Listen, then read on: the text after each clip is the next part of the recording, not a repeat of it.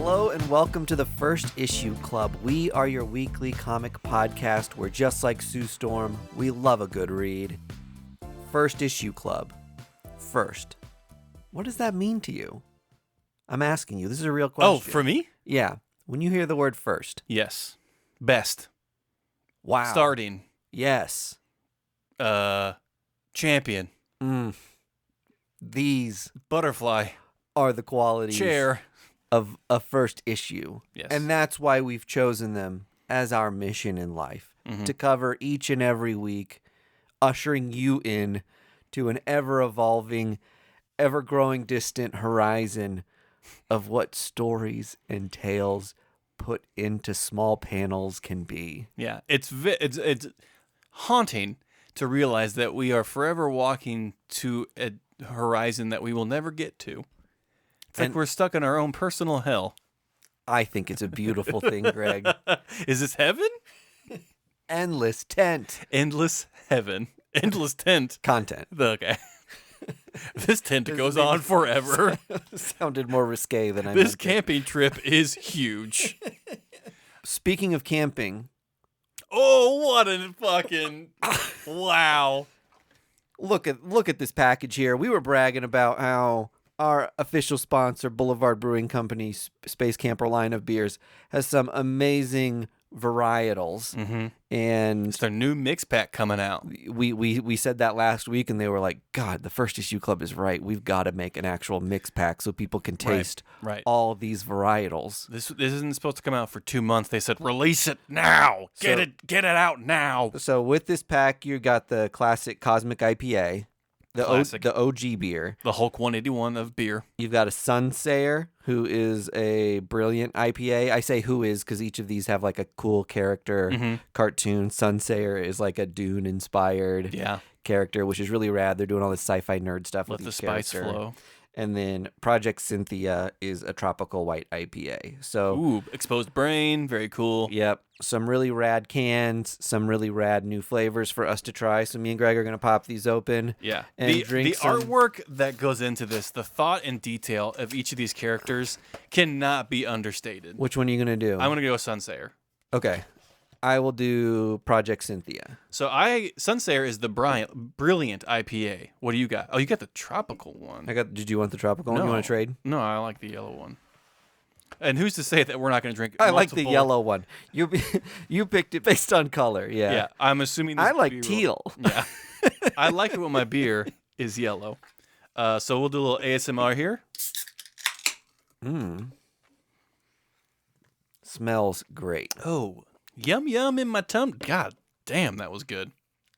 Sunsayer IPA. Where have This- you been all my life? Okay, so the tropical white IPA, maybe one of the easier to drink IPAs Such a hard thing to do. I've ever had.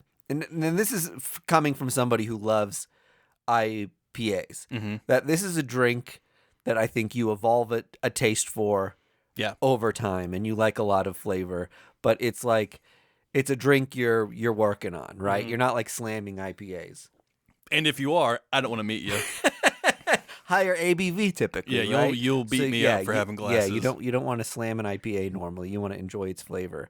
But this one goes down smoother than normal. Cool, crisp, and inviting. Not as bitter, I guess I would say, as most IPAs, even though we love that bitterness. I think IPAs have been known for and kind of lean into being the throat stomp of beer.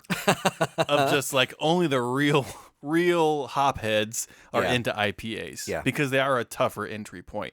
But like you said, Mike, the Sunslayer and this new Project Cynthia are very smooth and easy. Just like the OG Cosmic IPA Space Camper. Yum yum, give me some.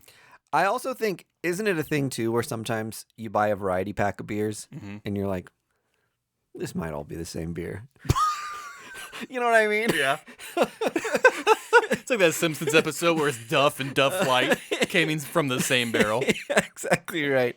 Yeah. These taste so different, Holistically different. which is impressive, I think, for an IPA, which has such like a distinctive flavor typically. But again, I'm not a beer expert. I'm a beer enjoyer. Yeah.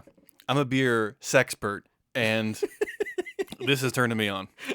So hell yeah! Cheers to you, Boulevard. Thanks for sponsoring the show and to many more great episodes and great brews and great pals. Yeah, and we encourage you, if you are able to get Space Camper, go out and do so and enjoy responsibly. All right, into the show. Into the show we have entered. I took my toe, and it crossed a line. A line representative of shoe. Who says show like that? Is that Johnny Carson? A really great shoe. No, it's he introduced the Beatles. It's yes, Ed Barson.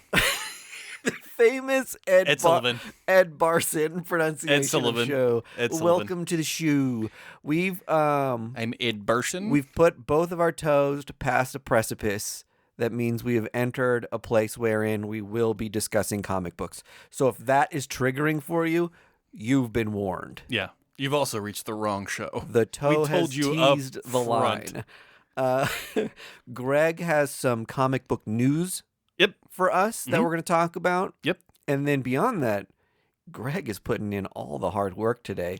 He's also read a handful of first issues that he's going to talk me through because this week I focused on OG first appearances. Yep. We started a new segment on the Patreon. Because, on the Patreon this week we did First Appearance Club and talked about some first appearances. And then we had our friend on, Doug, who owns the Geekery in New Jersey. Yep. So if you're close to the Geekery and you live out that way, you got to go check him out. Patronage his shop. Yep.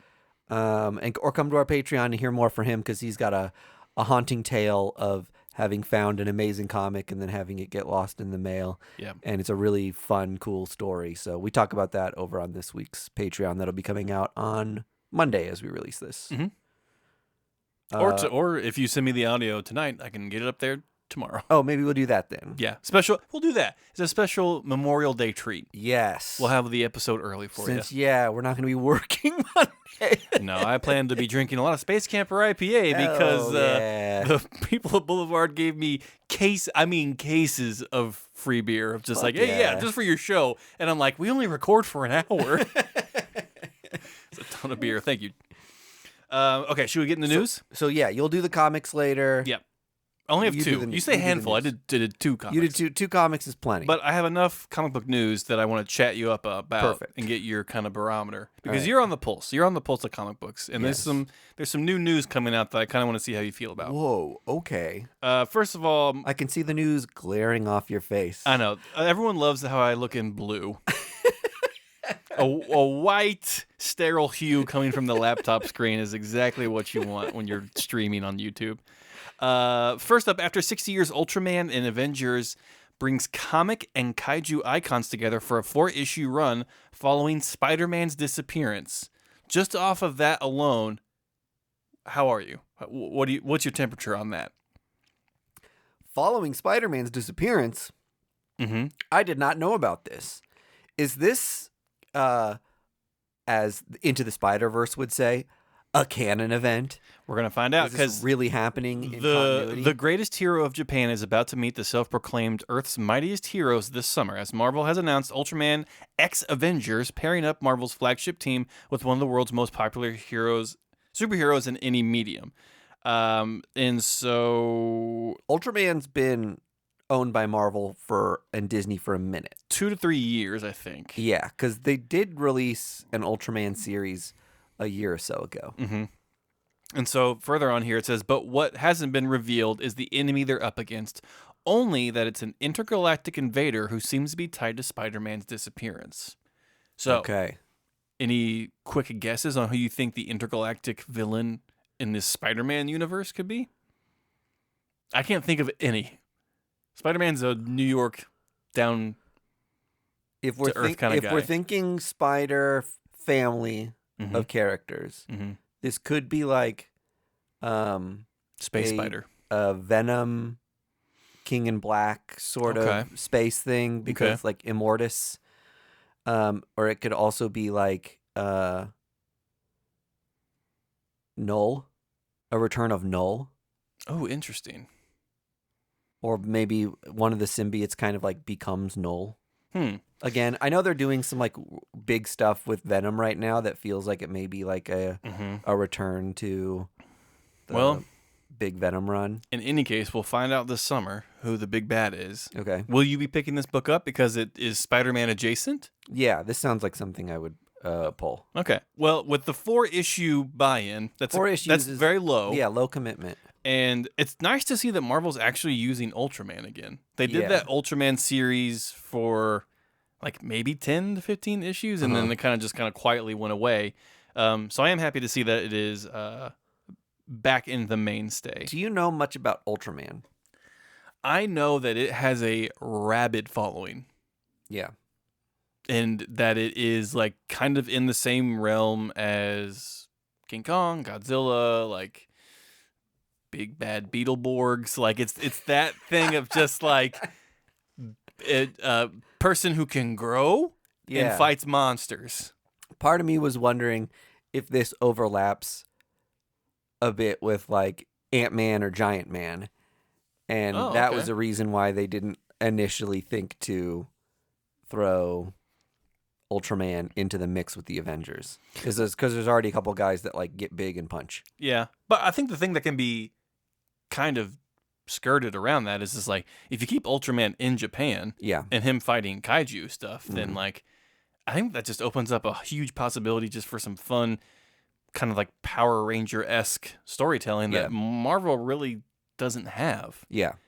And I do love I did love the whole Agents of Atlas thing that was like these are Asian characters who are doing the damn thing that the Avengers do, but in Asian countries. Yes. And those series were rad. It was just like there's room for plenty more characters in a different part of the world, and we don't have to worry about like one of the conundrums that you enter all the time in like comics now because so many of the characters cross over is that like, well, why didn't Ant-Man just come stomp on the guy? Yeah. Like, why didn't he get super big? Why is Spider-Man fighting this fight all by himself when like Thor's up like lives 2 apartments over? Yeah. Well, and then they have to have series of just like, well, actually, Thor was off-world at the time. Yeah. So if you leave a whole other part of the world that we're just like, you know, not showing in most of our American comics, you don't have to worry about a character stepping on other characters' toes, and then you get more voices representative of more people across the world, and that's a good thing for comics. Just like how there was a Justice League International comic book, I don't know why there isn't like an Avengers International, where it's just like pocketed Avengers teams that are like region specific. Yeah. I think that's just a fun way to tell stories and to like get different artists and to depict different landscapes and like, I don't know. I thought Batman Inc. was a really cool. I loved Batman Inc. Yeah, and that's like the perfect example of just like, what if there was a Batman for like these 7 different countries? Yeah, totally. Next bit of news: over 80 years after comics' greatest love triangle started, Archie will finally choose between Betty and Veronica. Can you guess who's writing this? Well, I'll tell you. Tom fucking King is writing this one-shot. And Archie, it's just a one-shot. It's a one-shot. It has a longtime premiere Archie artist Dan Parent, who we saw at C2E2. Yeah. But the fucking headline here is Tom King is writing a Archie story. Yeah. Which is just bananas. And we've already seen storied and proclaimed writers and creators on Archie. We saw Brian K. Vaughan, Fiona Staples, Chip Zdarsky, so many other phenomenal creators. But to see Tom King on here, like I'm just waiting for him to write Jughead is like in like a 9-panel grid of this whole thing. Like it's just bizarre. And from all the promotional stuff we've been seeing, I guess there's like, it comes down to like some kind of coin flip because there's like a prominent coin that Archie is holding. And so it's just like, is this fucking dope gonna flip a coin to see who he picks between Betty and Veronica? Which raises a great question. Is Archie a toxic piece of shit male who has just been stringing these 2 women along for 80 years? Yes. Like he's been juggling 2 girlfriends for longer than we've been alive. Yeah. Yeah. So the only acceptable answer to this book is that like Betty and Veronica don't choose Archie at all. Yeah. They're just like, you know what? We're done. Like we're just friends now. Yeah, right. And then finally Archie and Jughead fall in love. And then that is the only way through. Yeah. But I Tom King has got this probably wrapped up in the bag and knows exactly what he's doing. I mean, as a longtime Archie fan, Archie fucking died instead of picking between Betty and Veronica in an alternate timeline. Yeah. So it's like this dude started out as like a lovable dope of just like, you know, started back in the 40s and 50s when it was like kind of acceptable to have many suitors to kind of like get to know people. But now it's seen as very much as a gaslighting, kind of like toxic masculinity thing to do. So we'll see what happens from that. And you might say, hey, Archie can't be toxic. He's a fucking nerd. He's a lanky little nerd. Well, folks, we got some bad news for you. Lanky nerds are the new toxic alpha male. Are the most toxic. You wouldn't survive in the asylum that they raised me in, which is Yahoo chat rooms. They're the ones in the Instagram comments just writing wouldn't under people's posts. Yeah. Chunky thighs. God. It's like, oh, you bastard. This is something right up your webhead alley. Okay. The return of the Green Goblin is on the horizon in Amazing Spider-Man number 50.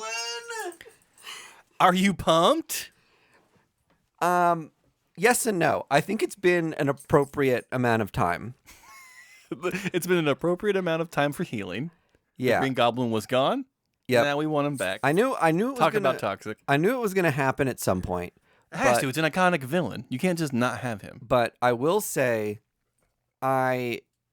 sometimes in comics, I get a little tired of the whole thing that's like, Batman can stop the Joker, and every time anyone wants to do a story arc with him, it has this comeuppance where he's just like, I can't kill. And then the Joker perseveres and then does his diabolical thing again. Yeah, and escapes and whatever. Yeah, and it's a little tired at this point. I appreciate when comic books grow and change characters and when changes stick. Sure. Or at least when a change happens, it sticks for a few years minimum. And with Nick Spencer's Spider-Man run, the Sin Eater took the burden of sins and diabolicalness from Norman Osborn, which made him a normal functioning person and made him a companion of Spider-Man's who now like employs him, helps work on Spider-Man tech. He's become like his own little hero character called the Gold Goblin. They almost turned Norman into like a maniac again like a few months ago and avoided that, and I was like, oh, thank God they just didn't go right back to like Norman being the Green Goblin again. So to me that's been refreshing, and I'm like, this is a new era, let's move on from that. And I guess my hope would be that there's a different person who's the Green Goblin in this upcoming issue. I don't know what the case with it is. I guess if you have that information, I do have it. I wouldn't necessarily consider it a big spoiler, but I would enjoy, personally, I think, if Norman was not the Green Goblin this time around. Do you want me to read the excerpt? Let's hear it. Okay. So Amazing Spider-Man 50 is a milestone issue that brings back the Green Goblin, and Marvel is indicating that it is indeed current Gold Goblin Norman Osborn. Okay. But even the publisher is hinting that things aren't as simple as a big fall from grace for the villain. Okay. So, yes, he could be coming back as the Green Goblin, but not evil. You know what I mean? Yeah, sure. And like someone else could be doing the Gold Goblin stuff. Yeah. So who knows? Maybe he's got a role to play as the Green Goblin. Yeah. In order to like infiltrate a crime ring or something. Oops, all goblins is what I'm seeing. This one for me, I'm surprised not a lot of people are talking about this one, and it really activated my almonds. Yeah. To be honest. Cyclops, Jean Grey, and Wolverine were never an X-Men throuple, and this is the official stance from Marvel. I'll go on. Uh-huh. Tom Brevoort, Executive Vice President and new X-Men Group Editor at Marvel, continues to spend the weekend educating all of us about Marvel Comics on a Substack. A fan asked him about the Jean Grey, Cyclops, and Wolverine throuple, and his response was, "A couple of people have asked me about this, and so let me turn this back around on you, because I don't think there was ever much of anything that was on the page in any of the Krakoan stories that said anything of the kind. Jonathan was perhaps cheeky in an interview or two, as is his way, but it is not on the page. It's not on the page. It's okay. If it's not on the page, it's not on the stage. And I don't recall there being a lot of on-page action that would need to be addressed." First of all, fucking wrong. Yeah, I think that is wrong. I feel like I remember reading a couple lines in the book that I was like, oh, Jean and Wolverine are also in a relationship. Yes. And I don't know that I ever read anything that alluded to Cyclops and Wolverine being romantically involved, but they did seem like they had, at a minimum, an open relationship. Sure. And Wolverine had a thing with Jean during the beginning of the Krakoan era. It's the Olympic Village down there on Krakoa. You know what I mean? There's no way all those hot people living in one place aren't just having a free-for-all orgy all the time. Right. Here are some of the examples that I can prove that they are a throuple. One, when we got the maps of the Krakoan bedrooms, Wolverine, Jean Grey, and Cyclops all had rooms next to each other with connecting doors. Yeah. None of the other rooms had connecting doors. Yeah. Why would you need connecting doors if you weren't in a relationship with someone? Right. That's red flag number one. Yeah. Red flag number two, this is a bit of a spoiler. When Jean Grey died at the Hellfire Gala, she visited both Wolverine and Cyclops to tell them that they were very important to her and that she loved them. Yeah. Indicating that she was romantically involved with both of them. Yeah. A couple instances that I saw online were just like the three were prominently shown in like the Marvel Voices and Pride issues as like together and like kind of like palling around in panels that alluded to more than maybe just a friendship. There's this iconic panel of like Wolverine holding a six-pack with his arms both around Jean and Cyclops as if like, you know, let's leave this party and go have ourselves a time. It's said and it is displayed. Yeah. Like whether Tom is just trying to cover up the Krakoa, you know, malfeasances that he's trying to wrap up. Yeah. That's his own bag. But don't take down our freak flag because you want to like clean up your area. Like those, they be fucking. Let's put it out there. They be fucking. It at least happened a couple times. Right. And like, what's the big deal if they are? I think it's like interesting to show different relationship types. Yeah. In comics and be a little representative of that. I don't know. Right. I don't know if this is a thing where like, you know, culture changes and it's like now is it like is the rad open thing to do like show atypical or like not, I don't know if I want to say atypical, but like not culture's perception of a normal relationship by showing somebody who's like, is polyamorous the right word? And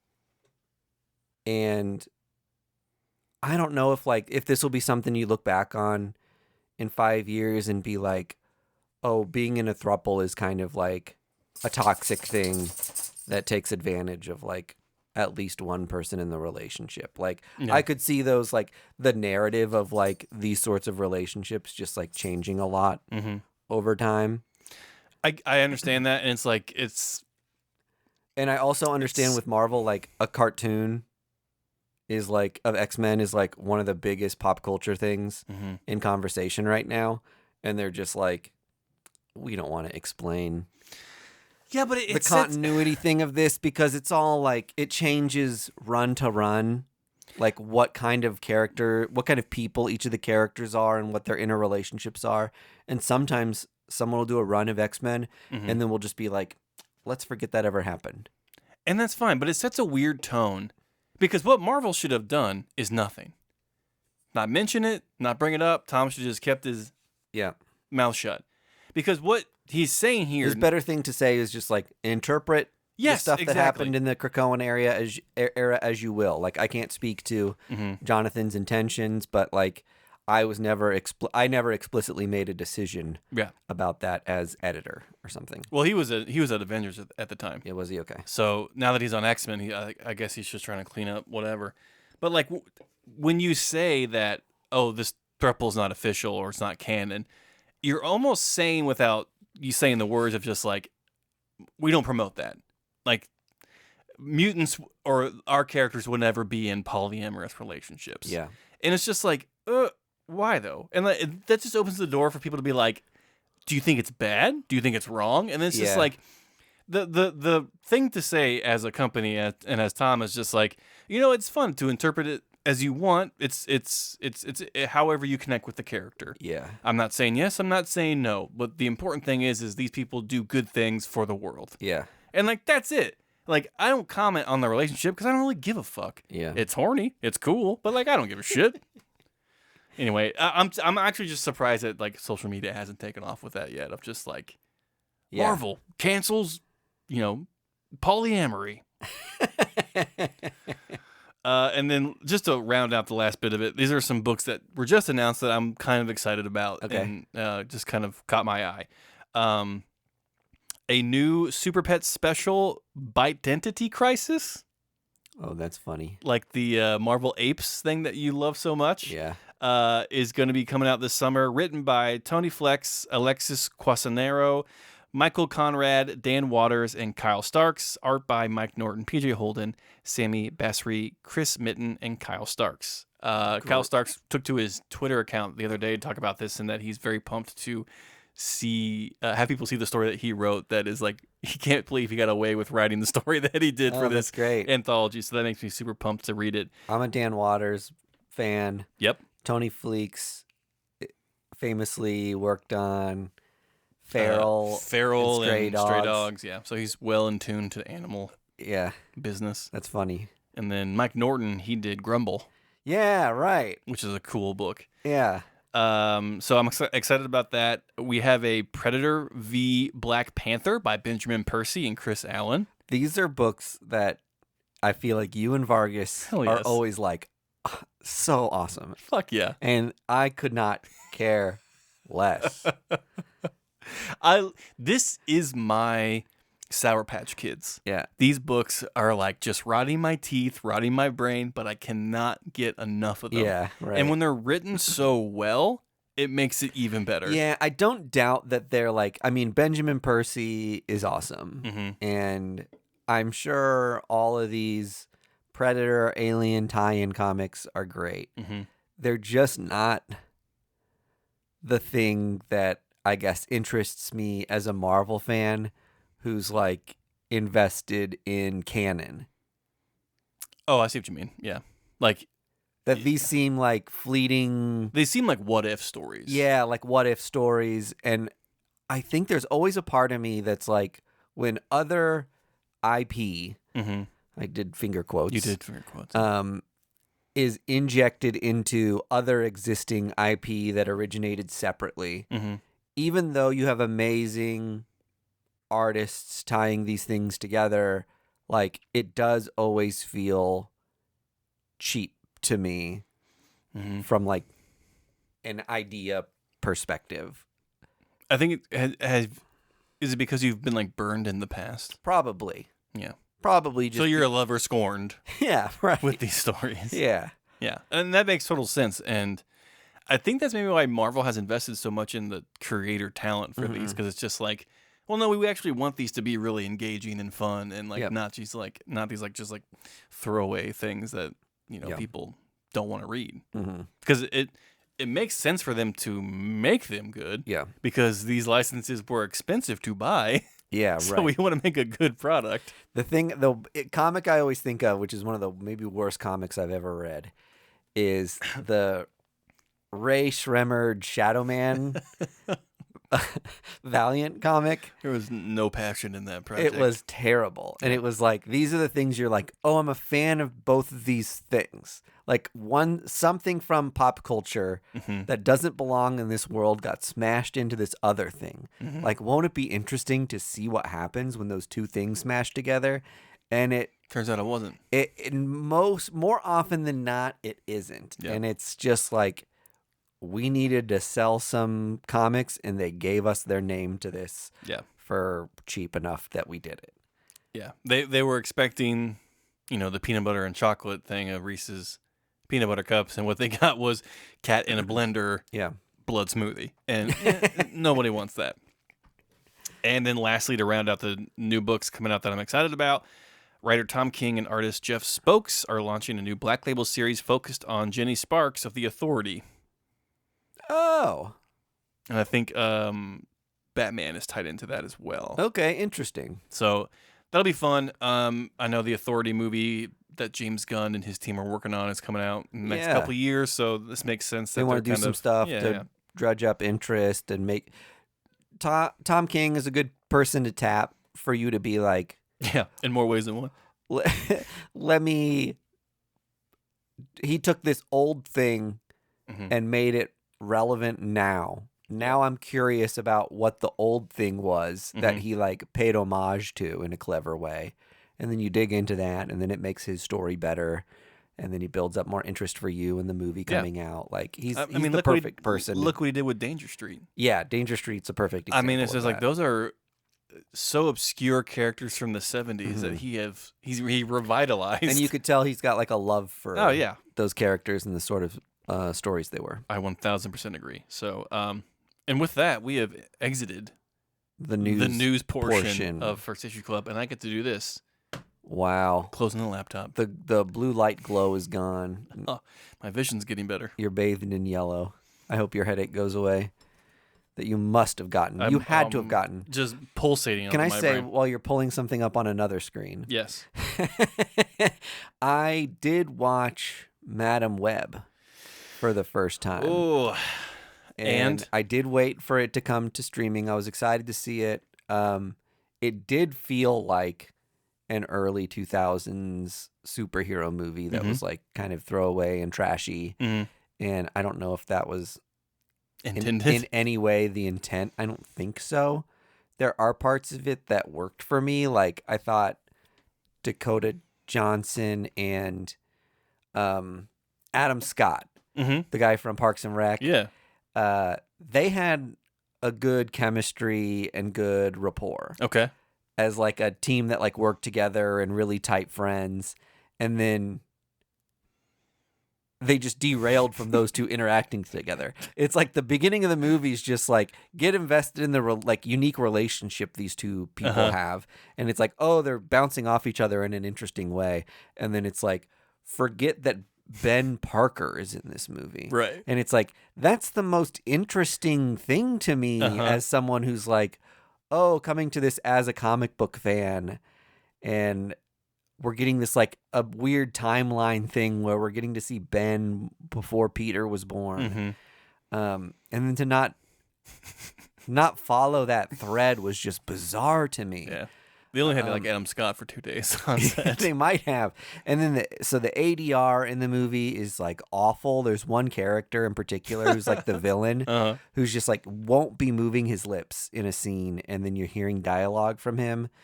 It was just like the second line of the movie is just like completely ADR'd to like no one speaking on screen. It's so awful. Accents are all over the place. Some of the finagling they do to try to make the like storyline work with like magic spiders that are making like people superheroes all over the world.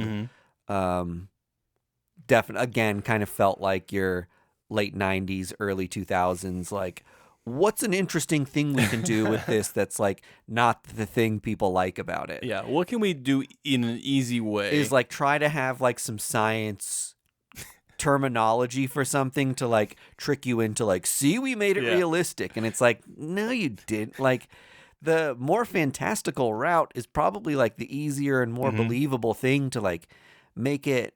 Just say spider totem. Magic or something. Yeah. Like, that's more believable than like this woman went on a quest, or like Dakota Johnson like has a picture of her mom in the Amazon and somehow goes to the Amazon by herself without a guide and like stumbles upon and finds this like tree that was behind her mom in a photo of her. Yeah. Like, Google Earth. Impossible. Well, not impossible. I think so. It's like 30 years. She left an air tag there. It's like when the 30 picture was years taken. later. It's called a woman's intuition, The Mike. terrain has changed at this point. The tree has gotten bigger. So many things happen that you're just like, she takes these girls to like the woods to like hide them. Yeah. As you do. She could have taken them to an apartment building. Yeah. Like, and the outcome would have been the same. Like, there's just some decisions made in it that you're like, why? It's cheaper to shoot in the woods. But it was just, it was poorly made, and I feel bad for a lot of the people involved because I think it makes Dakota Johnson and Adam Scott and a lot of the other actresses that were in the movie like look like they weren't great in a movie when they were just working with what they got. Yeah, the task at hand was like kind of impossible. So maybe this is another step towards like Sony just being like, you know what, we don't make good comic book movies. We don't make movies good. And I love the whole idea that Marvel has a case that there's some like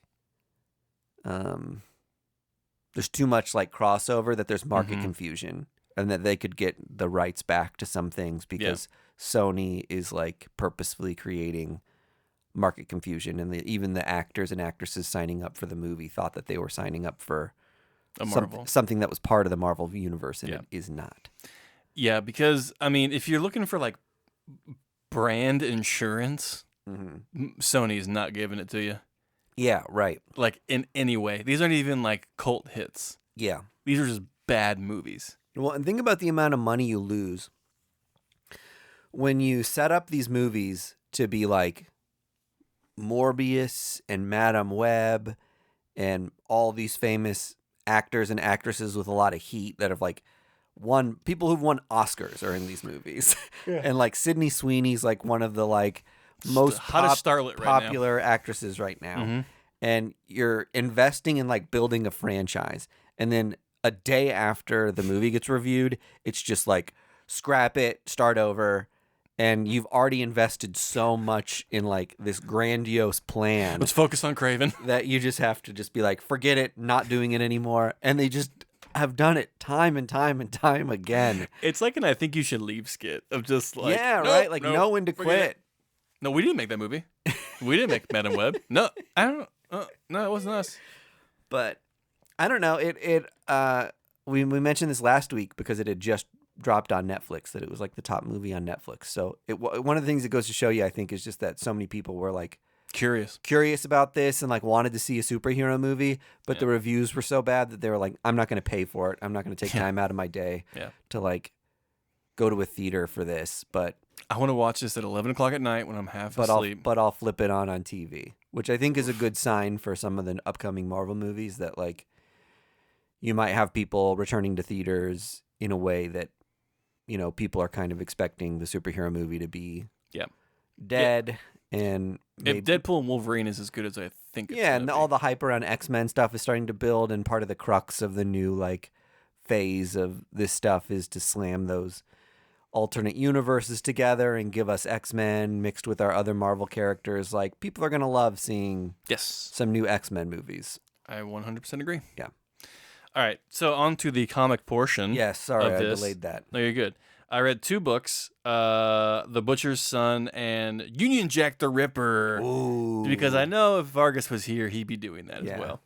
I'll cover The Butcher's Son, which is out on Darkhorse by Landry Q. Walker and Panel Vaughn. Script by Landry Q. Walker and art by Justin Greenwood.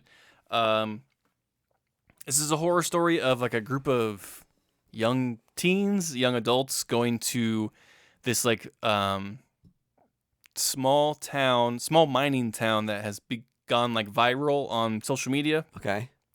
For being like haunted and having like a fun like historic background of like weird stories. And so this group goes to like explore that, and there's like a lot of inner turmoil within the friend group already. I mean, we've all been there, which, you know, if you have a long term friend group, it's bound to get kind of incestuous and like in fighting and all that stuff. And this book did a really good job of like displaying that in a really fun way of just like, you know, they start off as one group and they break off and like bitch about the other people, and like there's romantic stuff, like, and there's heartbreak, and it's just really kind of fun to see that blossom and catch on fire at the same time.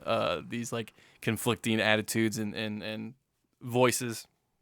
And then the horror aspect of it is like there's this folklore of the town of like the butcher from the Wild West era, like got drunk one night, went into the mines, like stumbled in there and was lost for like way longer than he should have been to like stay alive. Like he should have starved or whatever. And like he reappears, but he's like different or whatever. And like he has a hunger for meat, and he can never be satiated. He can never be filled. And so like the story goes that they seal him into the mines, and that his son went in after him to get him. And like they're like, you can still hear the screams if you go to the mine or whatever. And like so like that's the subplot that's going to be like boiling to the top of like as the story goes on.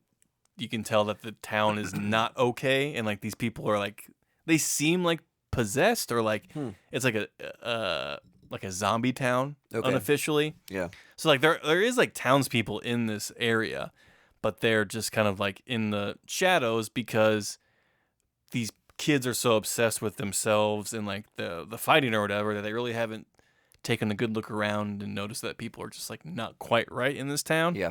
And it's never like directly shown to us that the town's messed up, but you can get like cues from the art and stuff that just how the kids aren't really in tune to what's going on. We're not supposed to be in tune to it either yet. Yeah. And can kind of see like weird shadows and like glowing eyes and stuff. So I definitely feel like as the time goes on, clearly we're going to find out what is happening with this book. And the book starts off with like flash forwards of the story.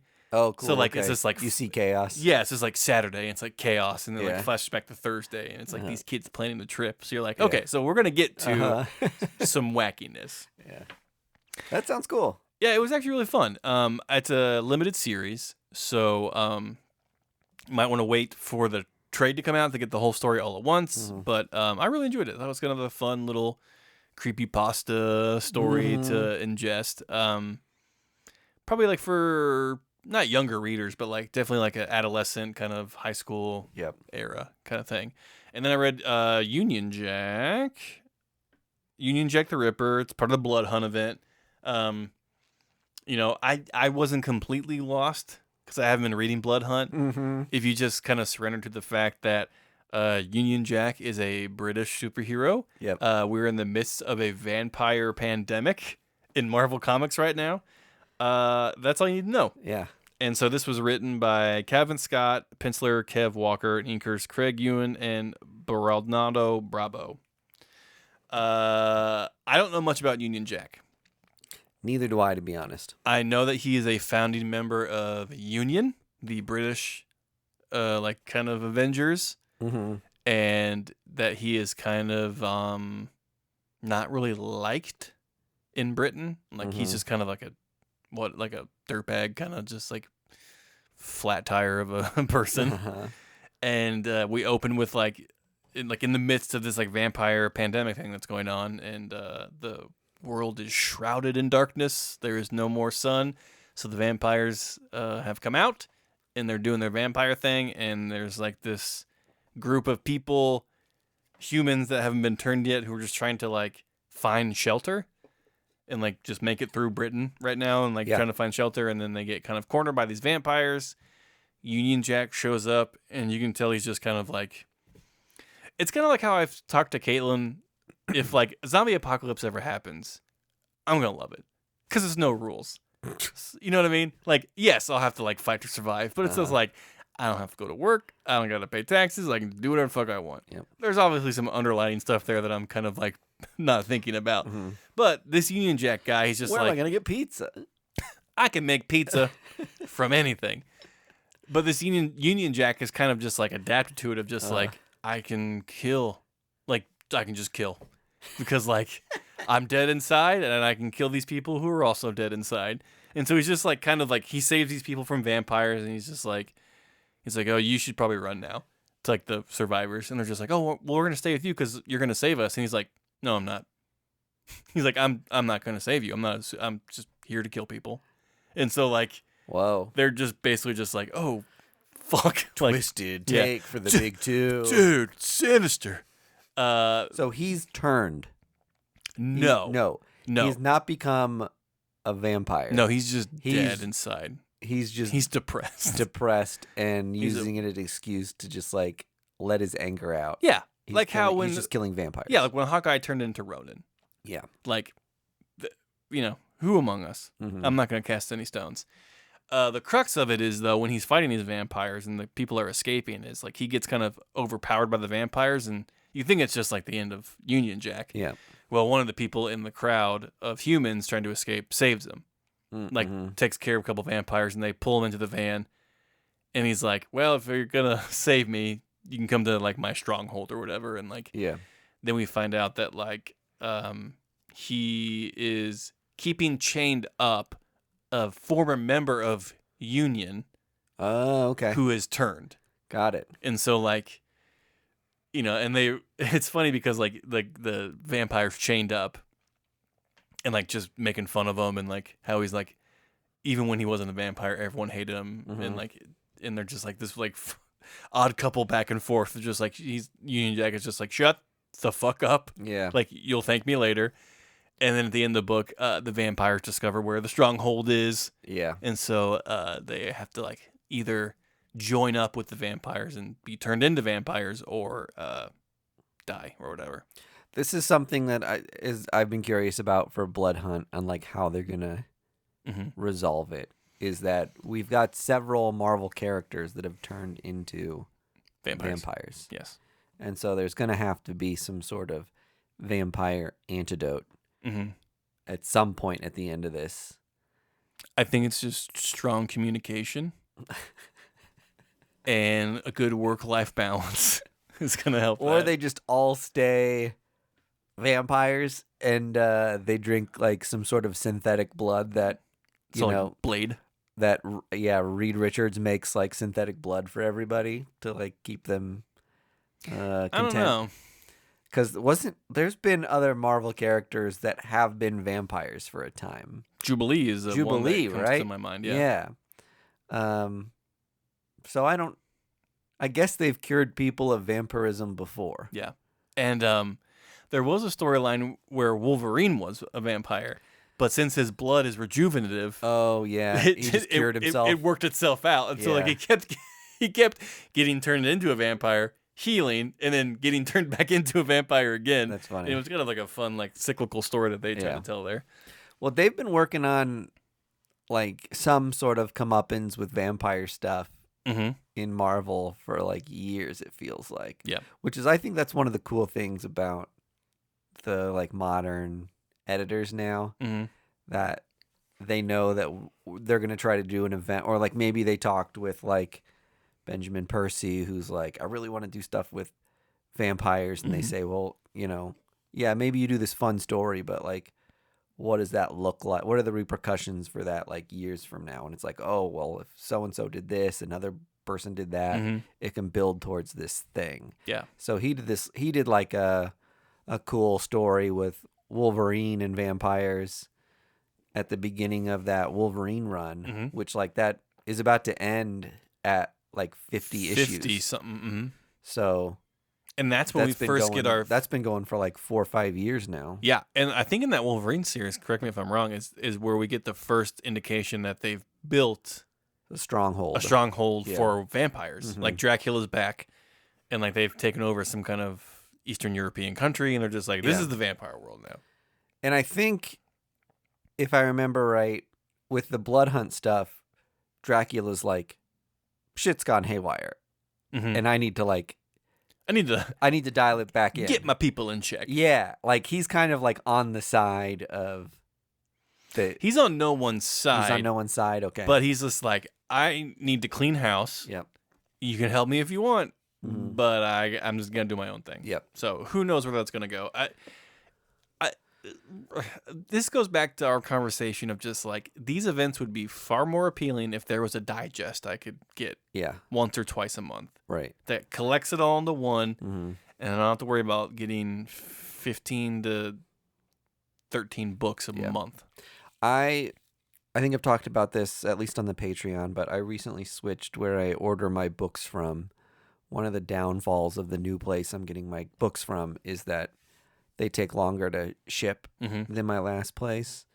But I'm going to get like so many comics all at once. And it's just like, I'll be able to sit down and read like Blood Hunt in a weekend. 4 or 5 Blood Hunt issues in a row. Yeah. If the first 2 issues that have come out at this point, and then all the like tie-ins I bought. And that's nice sometimes. I do like being able to have like a few issues of something to read in a row. But at the same time, I do want to get back to a brick and mortar shop. Yeah. I don't know. I've had woes with a lot of brick and mortars in Kansas City. Not having the stuff I've pre-ordered, whereas like when I do it online, it's like I always get that stuff. I've adapted a new formula, which is like I use both. Yeah. You know what I mean? Like I pre-order the stuff I want online that I know I want, and then I treat my brick and mortars like treasure hunting. I go there, I flip through their boxes. If I maybe missed an issue, I go like that Doom issue right now by Sanford Green is going for so much money right now. Yeah, right. And I think that is largely due because one, it's a fantastic issue. And 2, there's like a lot of MF Doom fans, the hip hop artist, who are really curious about the book because it opens with an MF Doom lyric. Oh, really? Okay. Yeah, and so it's like kind of a fun comic book hip hop Venn diagram, everyone's included kind of thing. Yep. And the art in that issue is wild. So even if you're not a comic book fan, so good. It's just a cool issue to have. Yeah, it's incredible. I just won a Sanford Green Lantern drawing on eBay. Whoa! Yeah, for like $80. Whoa, that's awesome! And I was stunned. Congrats! Yeah, thank you. Appreciate it. And so there's definitely a theme with today's books, which was vampire shit. Yeah, and like spooky stuff. So hopefully, when your books come in, you can like catch up on your Blood Hunt stuff. Yep. To see how you feel about Jack the Ripper when you do read it. Yep. And then that's all the books I got this week. Nice. Yeah, I think you're right. Maybe I will try to do a mix of pre-order the stuff that is like have to have stuff for me. Yeah. And then order stuff from my shop that's like I'm not going to die. Well, like you don't even have to order stuff for your shop if you don't want to. You just like go and pick it up day of. Yeah. But I like to order stuff just because I know I have it. And you get a little bit of issue stuff. Like you get a little bit of like a pre-order discount. Okay. Yeah. You're not wrong. The pre-order discount I get online is just huge. It's gigantic. It's so good. Yeah. Like 30% good. Mine's 50, 55 sometimes. Oh, you do previews? Yes. Yeah. I order like the minute stuff gets listed. Dude, so good. Yeah. Okay, well, this has been another episode of the First Issue Club Show. Hope you enjoyed it as much as we enjoyed recording it. Again, go over to the Patreon. We had a really fun time talking to Doug and hearing his cool story of fun comic book find and what happened with it from there. And then we all told stories about, times that we came across awesome comics in the wild. One of the longer Patreon episodes we've done in a long time. And then again, I covered some first appearances that were fun to talk about. And you set up some awesome criteria for what makes a good first appearance. Yeah, I did my 4 pillars of a good first appearance. Yeah, so go check that out because it was really, really cool to listen to that. All right, everybody. You'll hear the rest in our outro. Bye. First Issue Club podcast is brought to you by Boulevard Brewing Company, the people responsible for our favorite drinks, the Space Camper Cosmic IPA family of beers. Our show is edited and produced by our hosts Mike DeStacy, Greg Lichtig, and Andy Vargas. You can find us on social media at First Issue Club, and you can join the supporters who keep our humble podcast going on our Patreon at patreon.com/firstissueclub.